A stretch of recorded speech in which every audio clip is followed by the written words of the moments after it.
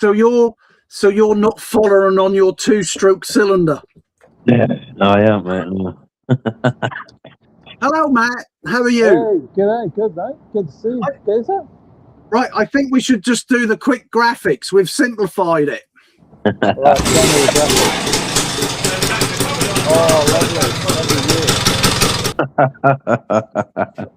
That must have been a veg group pissing on them, was it, Matt? Yeah, we don't animate it, mate, because the animation doesn't come out very well. So, Matt, so let's start at the beginning. When did you first get introduced into scootering? Bear in mind, this guy is a Kiwi, by the way. Oh, goodness, probably not too late in the piece for you guys. I was 85.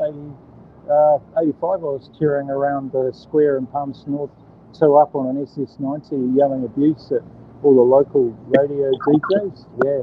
And yeah, with those guys. That's right. See that guy in the tartan pants? That's my old school friend, Adrian, and he had an SS90 before that 180, and we were just tearing. That was the Palmer North Scooter Club you're looking at there. Wow. All 4 of us. Wow. So I noticed you're wearing a parka. Yeah, German Army surplus, mate. Not the real deal, not a fishtail like you guys have. That's just the German Army surplus one, mate. What's this going on here? You've changed for a flight jacket. Yeah, I got out of that real quick. I did a trip from Palmy to Auckland once with a parka I borrowed from a mate, Jonathan McKenzie, and I got frozen and got saturated on the desert road, so that got arseholed pretty quickly. And I moved on to the MA1. And what's going on here? That's Harley Bull. Harley Bull was the instigator of the Central District Scooter Club. That's out of his place, and everyone's having a good old time. Not a lot of scootering, a lot of drinking, by the way. Good all round. Do this one. I like this one because I like black and white. Okay, so that's Auckland. That's Green Bay, 1990. Yeah. So that's the Bastard Squad Scooter Club. That is the Bastard Squad, is it? Yeah. So you got Gary there on the far left. You met Gary, you guys, eh? Yeah. So Gary had a Jag, Mark II Jag, full of booze, Old Thumper Stout in the boot, and there was a lot of consumption that weekend. And we trashed a brand new PX, that one he's sitting on. He bought it new on the Thursday. By the Sunday, it had a dent on every panel. Yeah. Wow. So we did a lot of scooter abuse. It was sort of like, it was all about destroy. There was a lot of punk rock involved and a lot of disregard and neglect for scooters back then. Where's Crazy Dave? Is he on there? Crazy Dave, is he in that picture? He might be in that one there, mate. Yeah, so that's, what's that, 89? That's down in Central Districts, did a rally out at Pohongana and a Manawatu, and we all rode down from Auckland for that one. Yeah, doing mono there on the old bush pig. I look at all them pictures now. Obviously, back in the UK, we had tarmac roads, pavements. Everything seems to be on a dirt road. Is that sort of fair to be true back in the 80s? Yeah, I mean, it wasn't long after those were taken that they changed the speed limit on open road was 80 km/h, and they lifted it to 100 around about, 87.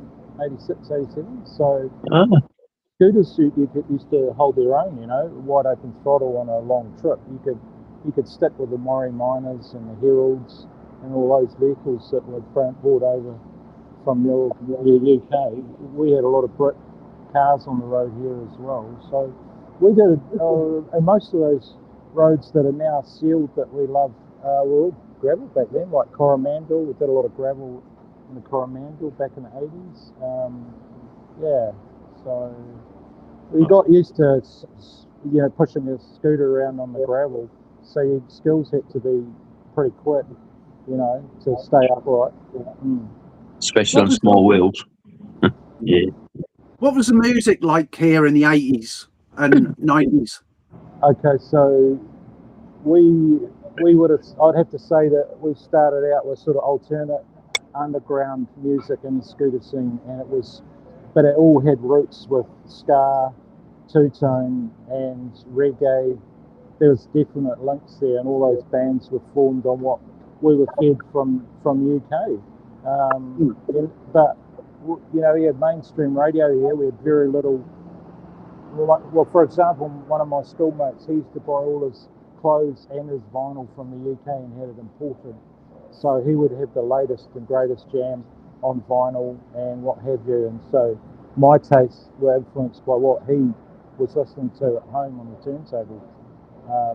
And yeah, so it's a slow, steady process into discovering what scooters were about. I mean, I didn't see quadrophenia until probably 1987. So by that stage, the scooter scene had kicked off. It took about 4 or 5 years to filter down over here from the UK, you know, their whole scene. Chrome panels and the like, you know, you'd still see them in the late 80s here. And then in the UK, it was all about Scooter Boy, you know, it was all bleached jeans, khaki, burgundy docks and all that, like you used to wear, I'm sure. Yep. Yeah. So He still does. we were just behind the top. I got the gear here. Still got your gear. Good. So I mean, it was all pre-internet, you know. We used to dial up a fax machine to audio parts from bead speed or tap speed. You'd have to use a fax. It would take weeks to get a cylinder cutter and exhaust landed in New Zealand, and it was a major expense, you know. It wasn't. So you were using the same people we were, but literally you're halfway around the world. Oh, that must have been very frustrating, because for us it's like 2 days the postage is there. Yeah, I mean, the prices were horrendous. You know, I got a good story. One of the Buster Squad, Angus, he ordered a pipe from Tap Speed, I think, and he got a mic kit. Was it a mic kit? Yeah. Yeah. And they sent it over in a big box. It cost them something like 700 New Zealand dollars. And it came with a letter, or like a card from Grandma saying, "Happy birthday, Gussie, Merry Christmas," sort of thing, just to prove that it was a gift, so he didn't have to pay taxes and duty on it. So Nice. it was just gold, man, because that, you know what it's like. You get slapped with another 20% on the cost of your scooter goodies, you know. So honestly, if you had a blow up, you could be off the road for 3 months, 4 months, you know, waiting for bits.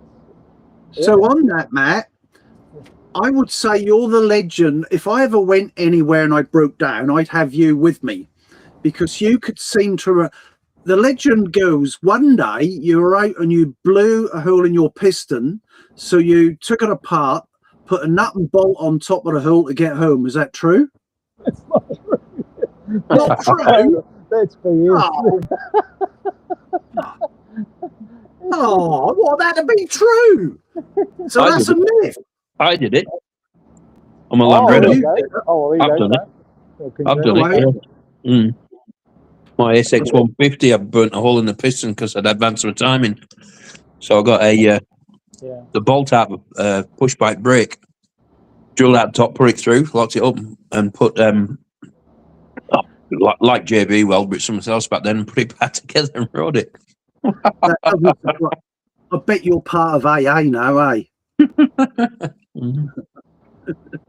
We did a lot of roadside repairs.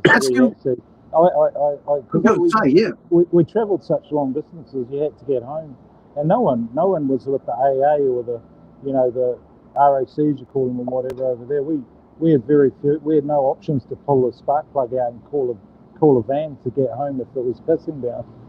Yeah. We had to put it in a barn, or we had to fix it, or we sometimes towed them. I remember I towed an SS 180 once. I don't know how many Ks, a horrendous amount of Ks just to get to a garage to do a repair on it. You know, like it was crazy. And then of course all the gear we had back in the day, as you know, it was just pure rubbish. So you'd arrive 10 o'clock at night, 10:30 at night, frozen to the core, and trying to pitch a tent in the dark. Sounds like the TT, mate. Hang on, that's a good point.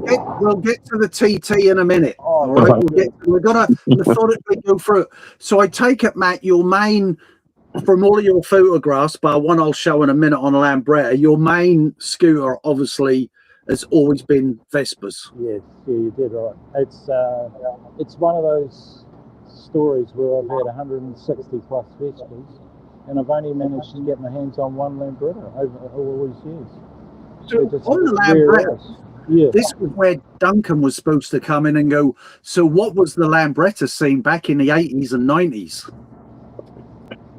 Oh, look, they were rare and they were endangered. They were very rare and endangered because majority of them were running points back then, so a lot of them had ignition issues, and none of them ran that well, so you couldn't take them long distance to a rally. So you had to trailer them, or you had to take the Vespa, because they were notorious more so for being unreliable. I mean, I've got very limited knowledge about it. I only know the one I had came from Farmers Trading Company. They sold it new in 1970. It's like a DL 150, and Rob Vaughan owns it now. You know, Baby. Yeah. He's got it now, and it's when I bought it, it had a TV motor that Matt Watson at Euro Scooter had tuned, and and then eventually through Wayne Milbank, the original engine matched back with the bike with Rob, and so I think he tuned it and put it back in.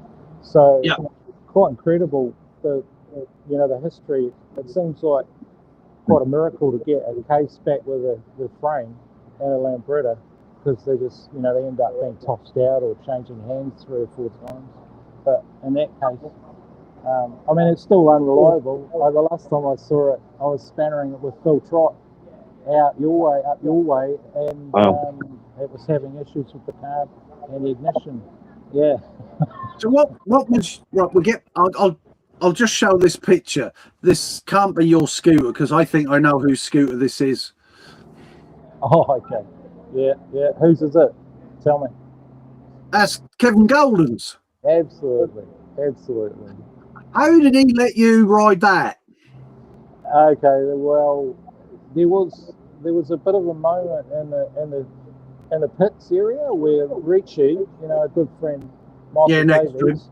Michael, he was trying to push start a Vespa Polini, and oh goodness, my memory's a bit shot. That's 2011, right? That's a while ago. So I ended up push starting the Lambretta for him because he couldn't fire it, and I handed over the Vespa to him. And I think he went out on this Polini Vespa, and I took Kev's bike, and Kev's sitting there watching me ride out on the track going, what the fuck? And I didn't even have leathers on. I was in runners, like I was wearing runners, mate. And I did a 6-lap race, and of course Cochrane won it. But that was magic, that rally, wasn't it? That was when all the rockers showed up out at the go-kart track. Do you remember? 2011. Yeah, Inglewood. Yeah, I pissed off back then to the UK for a couple of years. Gone back home for a couple of years. I was already back there, and I think quite a few were glad to see me go as well. So, what was your first ever scooter you rode that you really enjoyed? Oh God, that I really enjoyed. Good question. I did pick up a Douglas Vespa Sportique back in the day. A bad idea. Paid $100 for it, overpriced. And took me 9 months to get that thing rolling and running again. It was a huge job. Stuck there with a Haynes manual, trying to work it out pre-internet, trying to work out how to make this thing go. I'd spent a lot of time on the road hitching between Harmony and Hamilton, picking up my parts from out at Martingy from Greg Wood's stable. He literally had a stable full of scooters there years ago. And so he stockpiled Vespas for a few years. And that was always interesting because there was always a party in Hamilton. So that was always a really good distraction to go up there, just to get a pressure plate for the clutch and go to a party.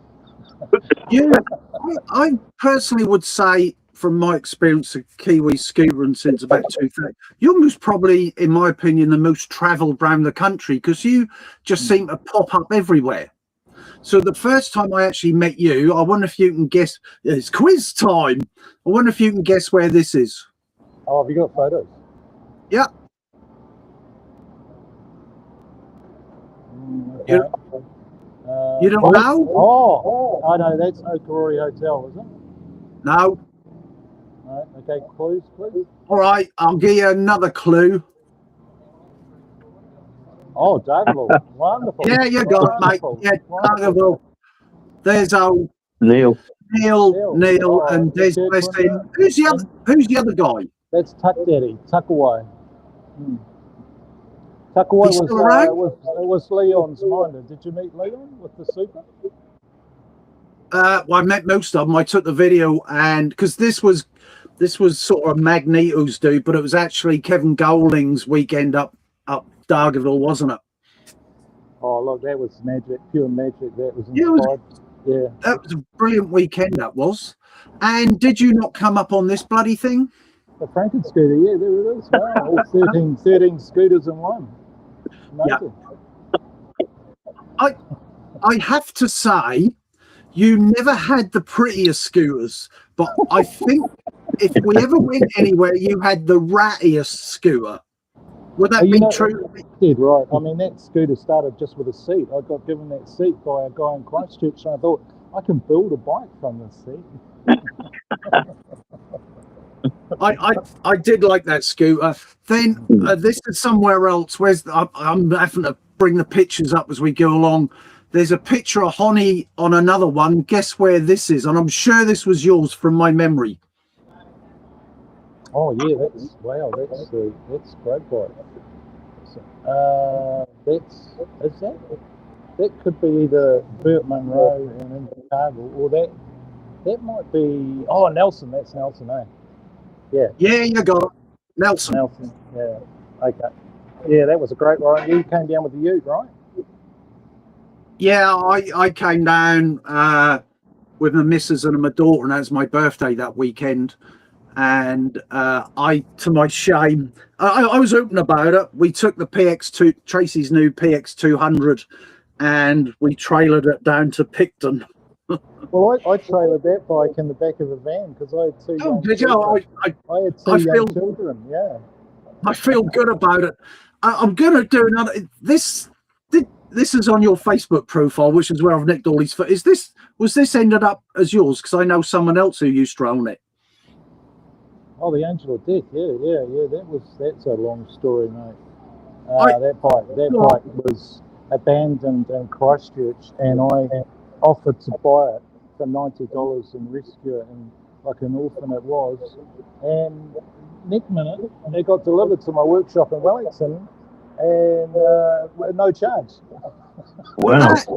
And then I rode it, and then it got stolen, and it came back a year later after it was stolen in Wellington. Yeah. But that was Pooh Man's, surely. Yeah, he bought that beast for the Kunikuni copper. No, he bought it off you.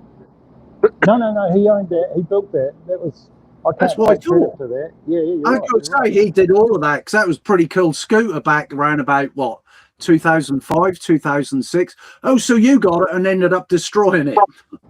Well, no, it got recycled again by Mike Salmon at Not a Motorcycle Shop. He actually got it road legal. Bloody hell. Incredible effort. So I'm going to bring up another one. Wonder if you can remember where this is, where we went for the weekend. And that's going to lead me into another couple of pictures. Wow. Ooh. Nice T-shirt, by the way. Is that a Magneto's? Yeah, the Hot Rod Show. Now that's Alan. Alan. Nickname Croomy for a reason. I know where that is. That was a great weekend. That was Taupo racetrack. Yep. Yeah, we had a bloody laugh. Hey, you still owe me a zip for my leather trousers. I do, Jez. That must have been biting all the way back to Auckland, thinking my bloody zipper's gone. And here we have you in my pair of pants. Where are your pants? I stole your pants. Yeah, no, you did return the pants minus a decent zip, but hey, it doesn't matter. Now, this is where I'm getting to the serious stuff. This made me laugh. Okay. That was your mate, eh? Pardon? Say that again. That was your mate. What am I feeling now? I can't quite see it. Is that a scooter I'm touching? Yeah, it's an old beaten up whitish Vespa with just a blue pad as a seat. Oh yeah, no, that's a naughty story. I was loaned that SS 180 to putt around Wellington, and I accidentally rode it to Taupo and raced it, and then rode it back home. Hang on a minute. There it is. That was your bloody seat. That's my race seat. Yeah. You see, the saddle was missing a few items. No, Correct. the story goes, you rode that with that seat like that from Wellington to Taupo. Yeah, that is true. You say that, don't you?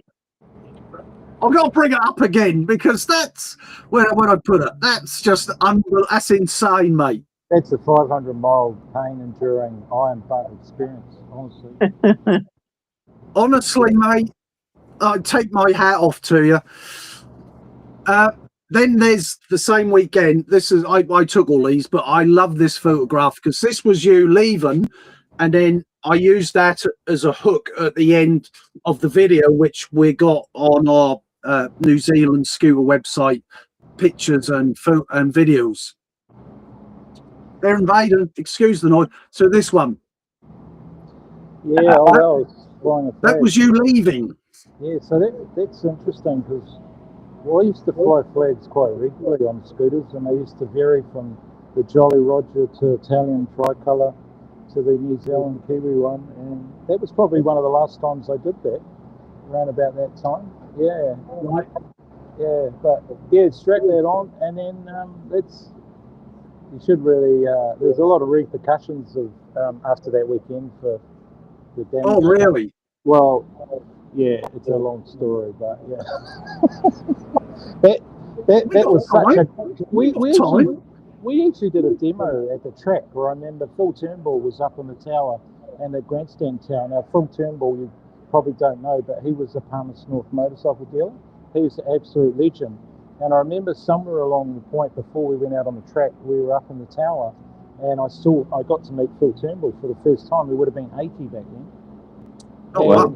He used to do track days at Manfield, $20 track days. So we used to ride over on our scoots from Palmy to Fielding and go to a Phil Turnbull track day, and it was all good fun. Yeah. Anyway, that's just an aside. All right, no.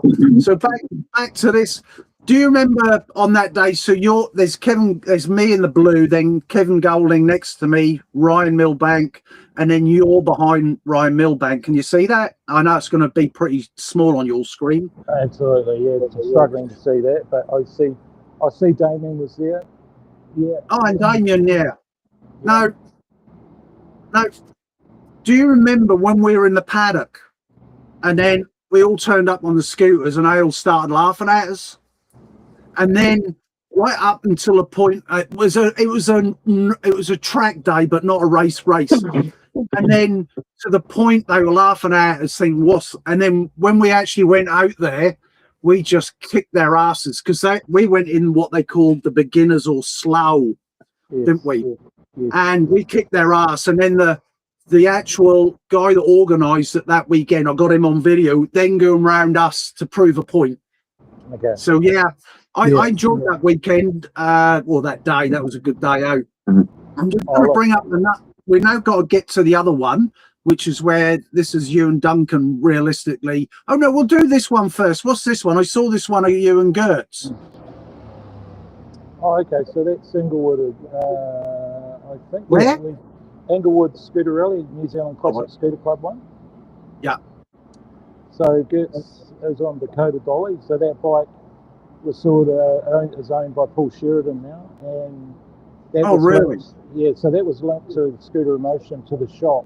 It was basically the shop hat, and there's many times where Gertz just gave me the keys on the weekend, and I'd clock up 600 k's on it and drop it back on Monday. You know, it was great, and And he did the Grand Challenge on it, the Rusty Nuts Grand Challenge. Yep. So 24 hours, 1,000 miles. And so that bike, I think when he handed the keys over, it had over 100,000 Ks on it. Yeah. I had that when I came back from New Zealand. I borrowed that for about 5 months. Nice. Oh, I could not get that. It had its day. I could not get. It was a 200. I could not get more than 80 km/h out of that on the motorway. Yeah. And then going from Old Mods one day, which is now down the road, it spat the clutch on the motorway, and the skid mark was on the motorway for about 6 months.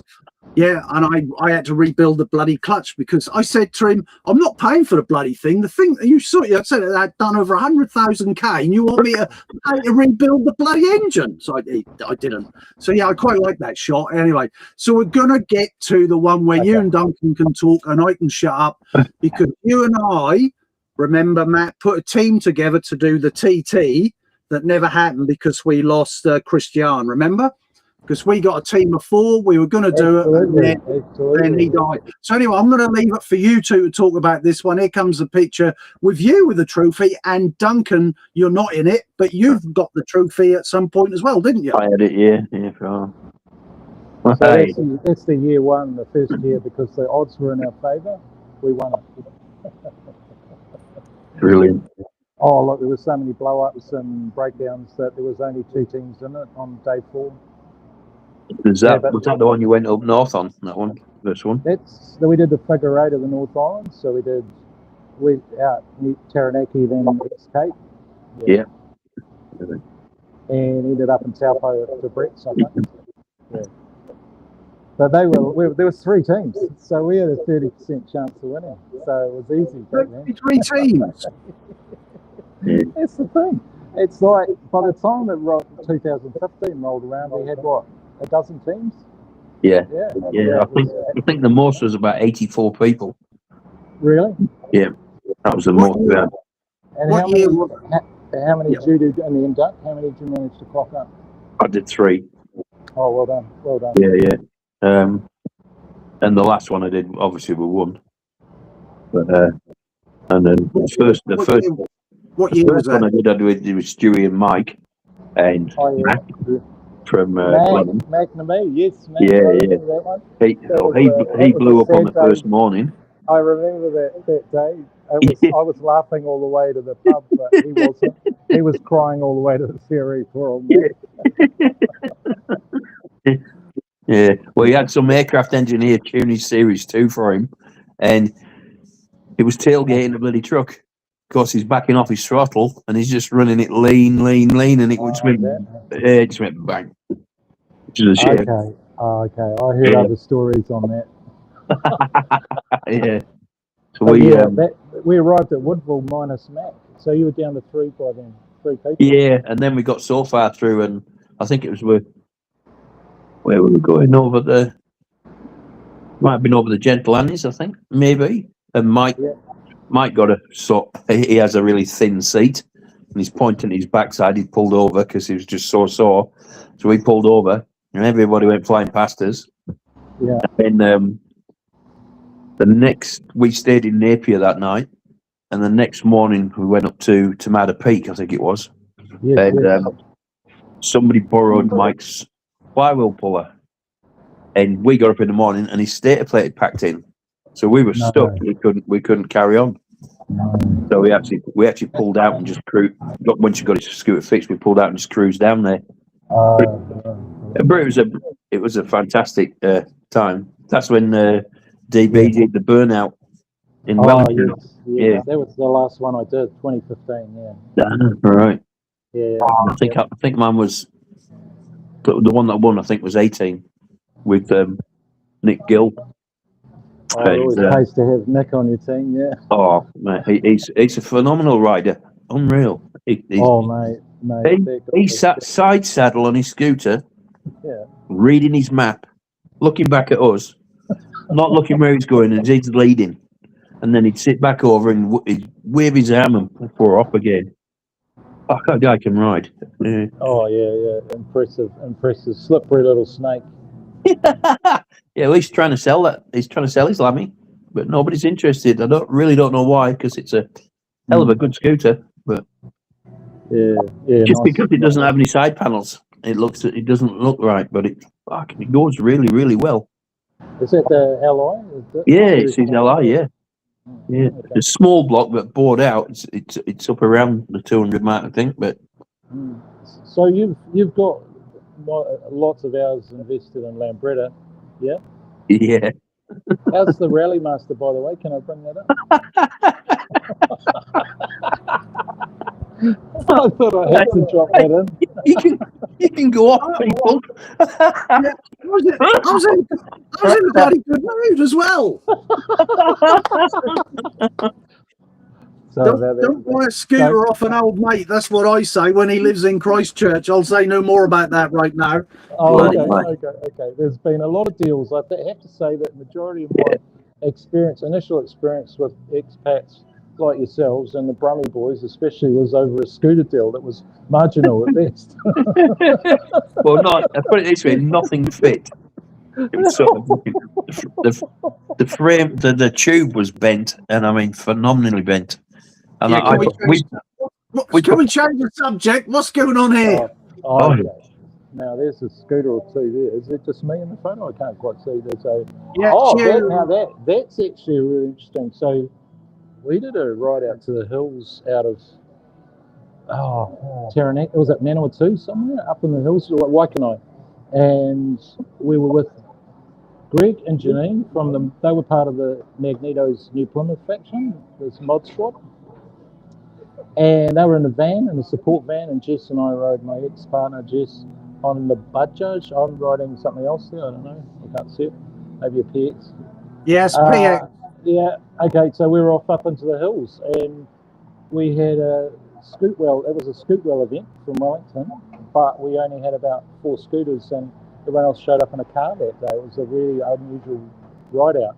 But that was the last ride out I went on with Greg Brennan, who was from Taranaki, because the next time I saw him, he was chronically ill with leukemia and passed on and had to fly up from Dunedin for his funeral a few years back now, which seems to be all I do these days is go to scooterist funerals. It's pretty bleak. Yeah. But, it's a food going. It's. I'm not getting political. It's a shame we can't. Everyone put their differences to one side, and we put on a nice big rally.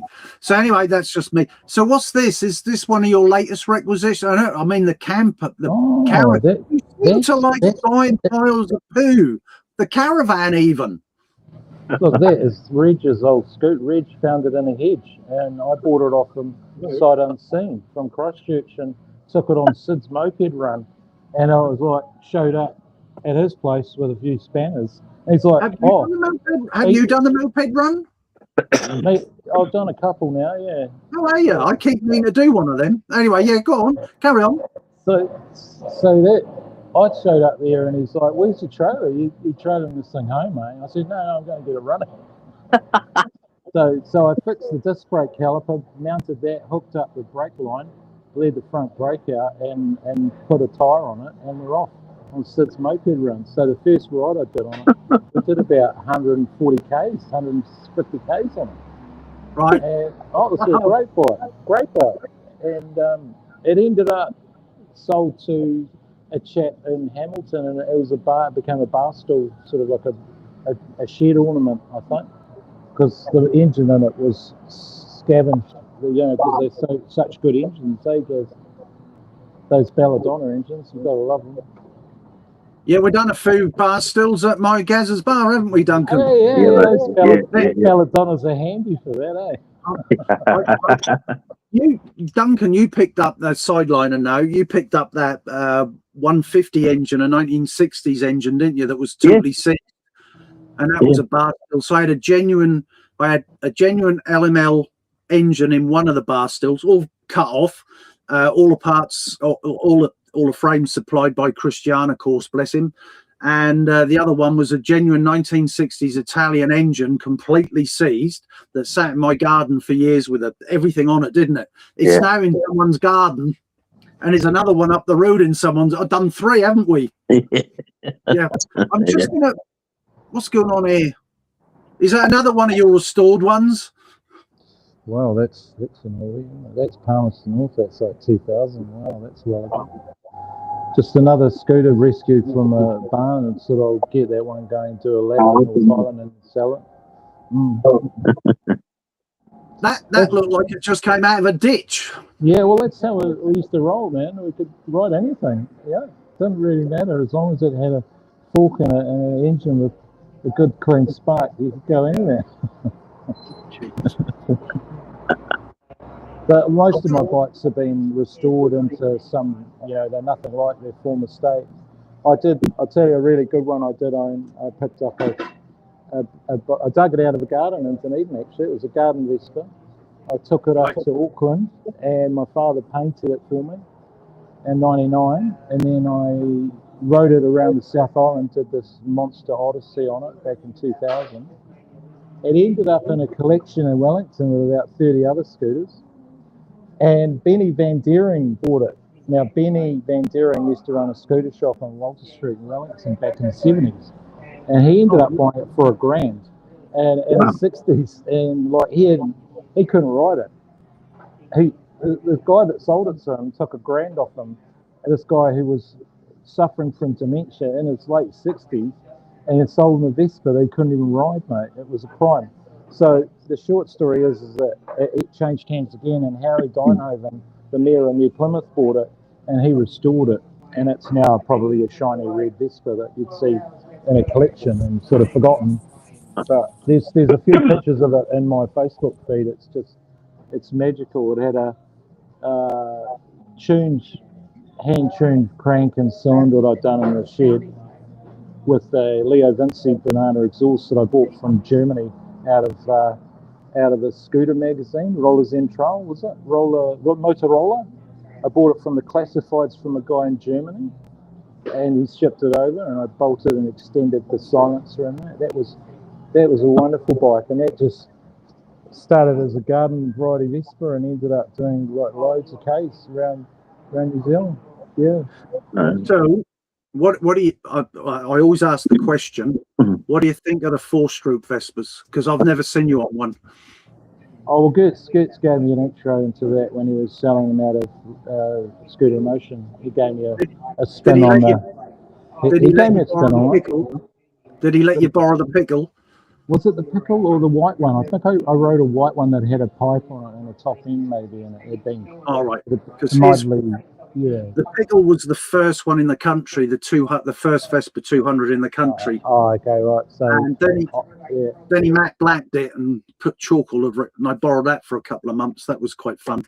Yeah, I liked it. It was refreshing because it was like it didn't make the right sounds, and it provided like a totally different power, more torque than you could want from But I dabbled in it. I bought a new one out of Triumph when they had a fire sale at Triumph New Zealand.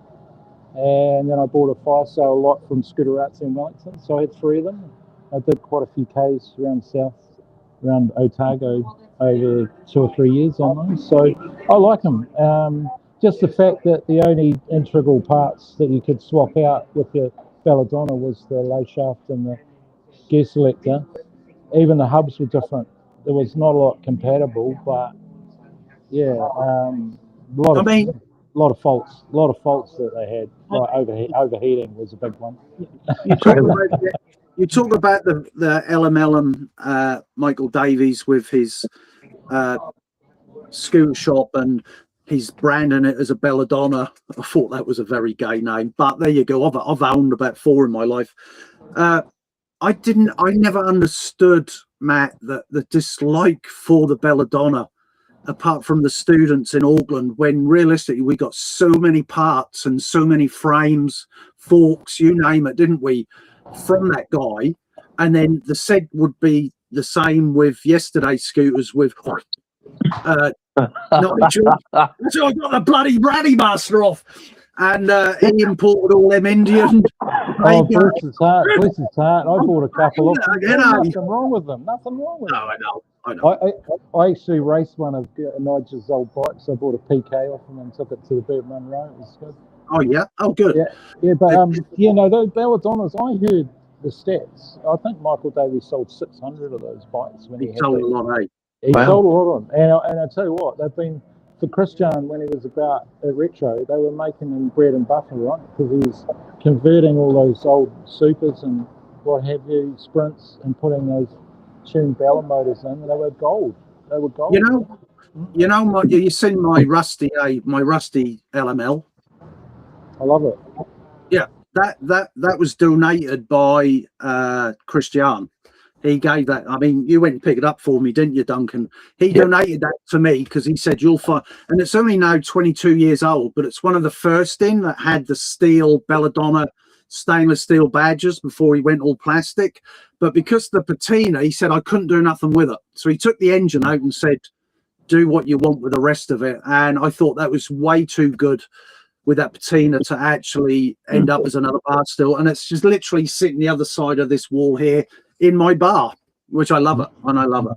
Could never get rid of it either because he donated it to me, which was really kind of him, because he could have just as easily chucked the damn thing out and had done with it, Yeah, that scrap pile out the back of Retro was quite a hive for people like myself and Shane O, yeah, gold out of there. Yeah, I imagine, yeah. Hey, look, I got to ask you about the UK, right? So I've never been over, so I've heard about all the shops. I've heard about Armando's. I've heard about the terrible Taffs. My old man went to Kegra for me years ago and bought some bits off the shelf there and bought back the wrong stuff. Bless him. but I got to say, it's like, I think I saw a photo of Armando's and it's real low key, right? It's this brick built up building, and those guys have been around for what, 92, 93, or what? You'd know. No, earlier than that. I've never used them. Yeah, I came here in '87, and Amando's. The scooters came out. When did I last see one before I came here? 80, either 83 or 84. Had this a P200E that was just full of plastic, and that we went, what the and now they look quite cool. The radio in the toolbox and the speakers and all the plastic bits on it. And it went totally plastic. I think that was either 83 or 84.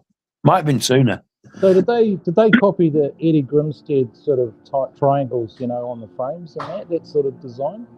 Eddie did those specials, right? Yeah. And he put those little triangles on the frame by the panel, just ahead of the panel under the seat hinge. He'd do those little, like all those little details, right? Yeah. So it is a lot. I mean, my experience is straight out of scootering, right? Reading articles about Norrie Kerr and Dave Webster used to keep me excited. When Dave Webster brought out the cooler, do you remember that bike? The cooler? Yeah, that's a long time ago, mate.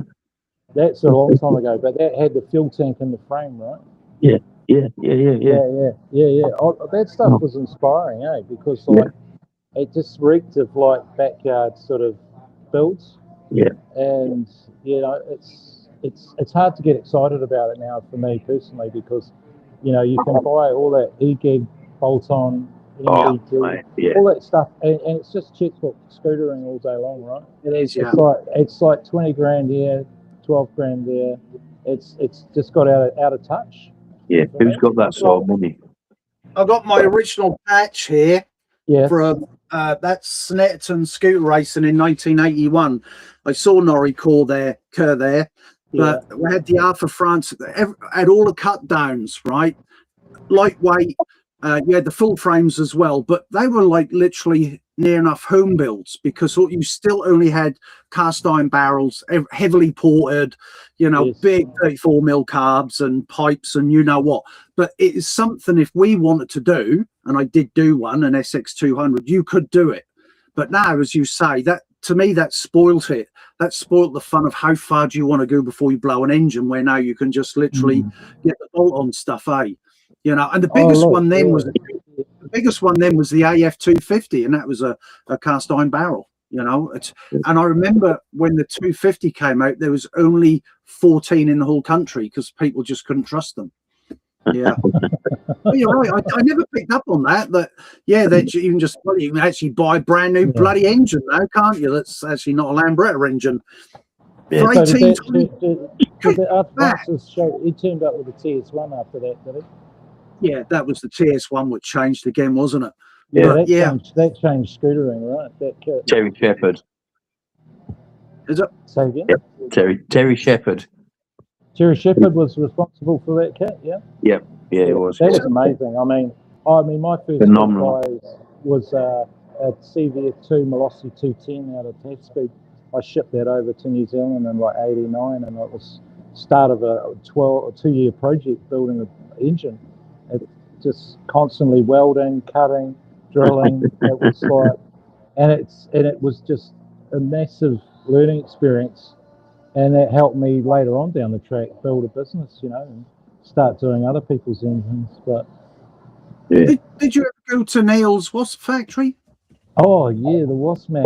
I used to do a lot of business with Neil because I was digging up gold mines of parts down in Dunedin and Otago, old Otago Vespa Club junk, and I would truck it on the back of my Super Sport up to Christchurch and stop in at Southwark Street and haggle with Neil over a box of scooter bits. So it was great fun. He would always downsize it, and I'd just explain that I'd hauled it all the way from Dunedin. Yeah, I'm still in touch with him. He came round here not that long ago for a few beers.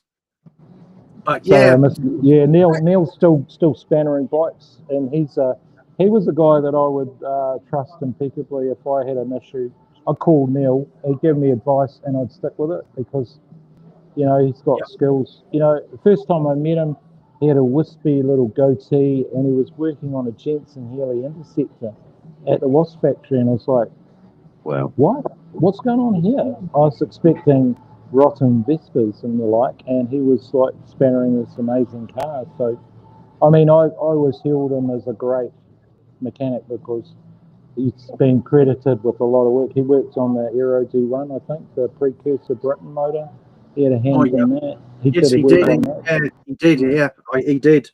And then he found out, was it a Model A Lambretta? The really it weren't rusty. It just had so much brown paint on it, and he got it in Ponsonby from under a house. I thought he totally. It didn't look like it, but he totally restored that. And any chipped paint or anything, he touched up and everything.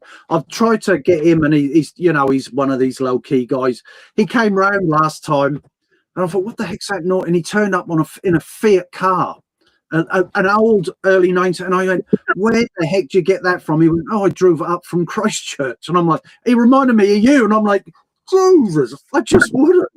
Yeah. So yeah, he loves the old. He's still got his old BMW motorbike as well. So and his GS. Yeah, he came round on the GS, that orange faded thing. I had a go on that one. That was a smooth ride. Oh look, man, he built this beautiful Rally 180. Paul ended up buying it, the silver purple Rally 180. Oh really? And Rebecca owned. He restored Rebecca's old one. Yeah.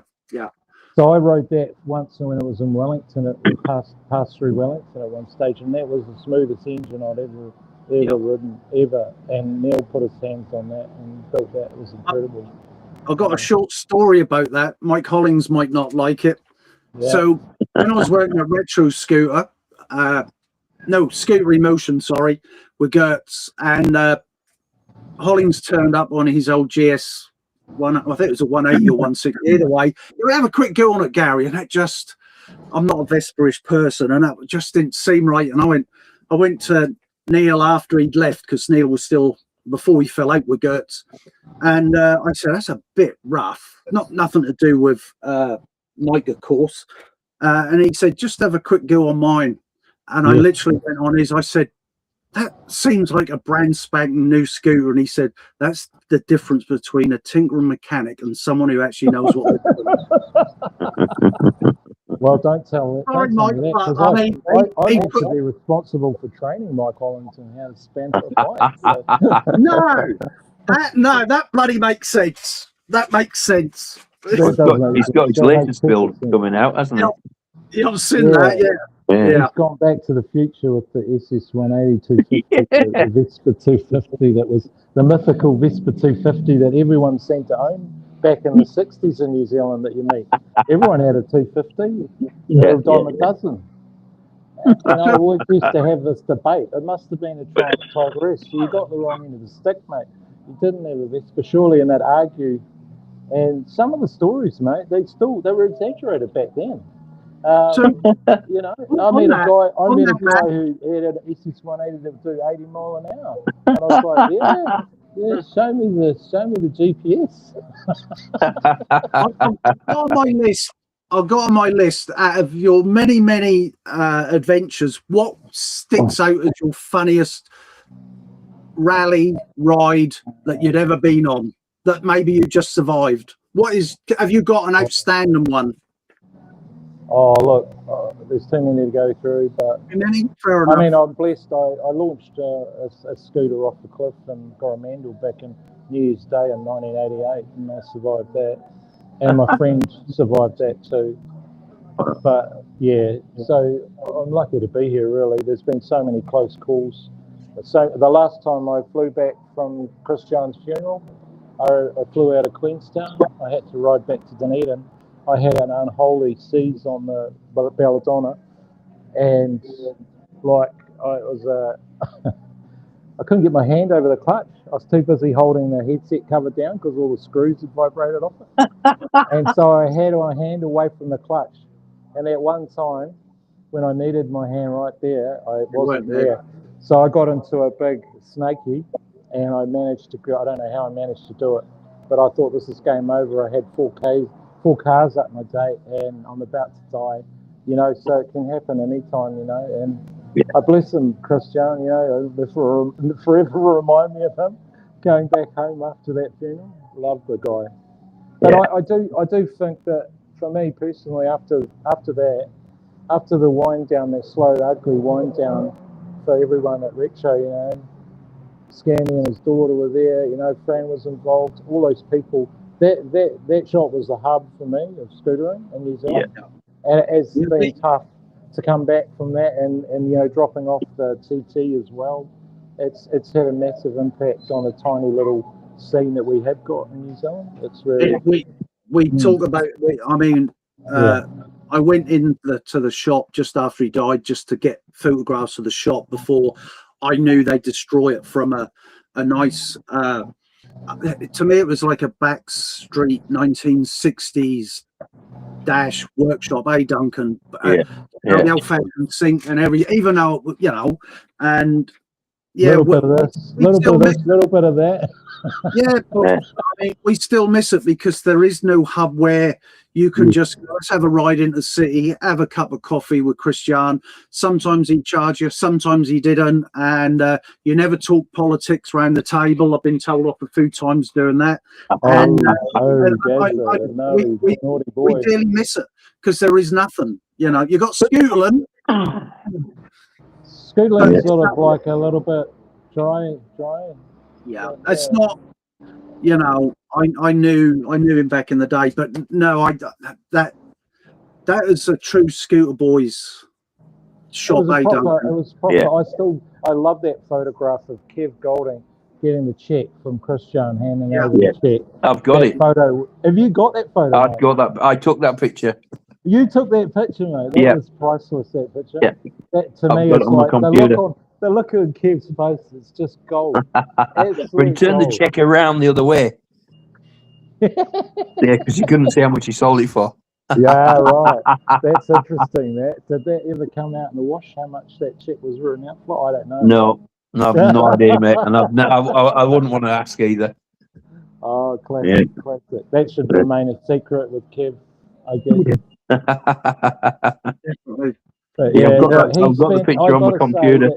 Kev got a lot of backlash from his attitude, but yeah, he supplied me with spares in my business for like 8 years.